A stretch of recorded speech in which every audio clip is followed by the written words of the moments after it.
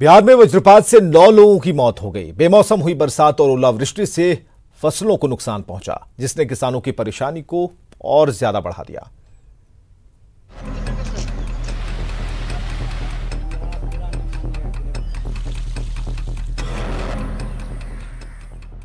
Corona संकट के बीच आसमान से आफत बरसी। बारिश और ओलावृष्टि से फसलों को नुकसान तो हुआ ही, वज्रपात से कई लोगों की मौत भी हो गई। बिहार के अलग अलग जिलों में वज्रपात ने कई लोगों की जिंदगी छीन ली और कईयों को घायल कर दिया। कुछ जिलों में बारिश और ओलावृष्टि से किसी की मौत तो नहीं हुई, लेकिन किसानों का बहुत नुकसान हो गया। बारिश से मुंगेर में सब्जी की फसल नष्ट हो गई, वहीं कई प्रखंडों में गेहूं की कटी फसल को काफी नुकसान हो गया।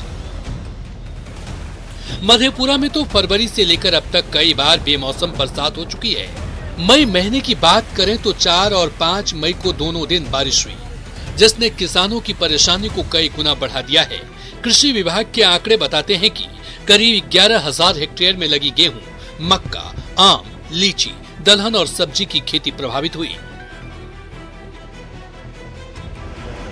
भागलपुर में तो दोपहर में रात का नजारा दिखने लगा। चारों तरफ अंधेरा छा गया और सड़क पर चल रही गाड़ियों की लाइटें जल गई। मौसम में अचानक आए बदलाव ने लोगों को हैरत में डाल दिया। औरंगाबाद में दोपहर में अंधेरा तो नहीं छाया, लेकिन टपाटप गिरते ओले से किसानों को कितना नुकसान हुआ होगा, आसानी से समझा जा सकता है। छपरा में बारिश से किसानों को तो नुकसान हुआ ही होगा। बारिश ने प्रशासन की पोल भी खोल कर रख दी।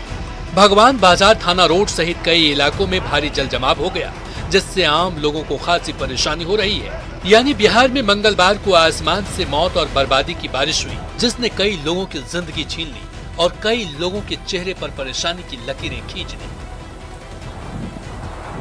Bureau report, news 18।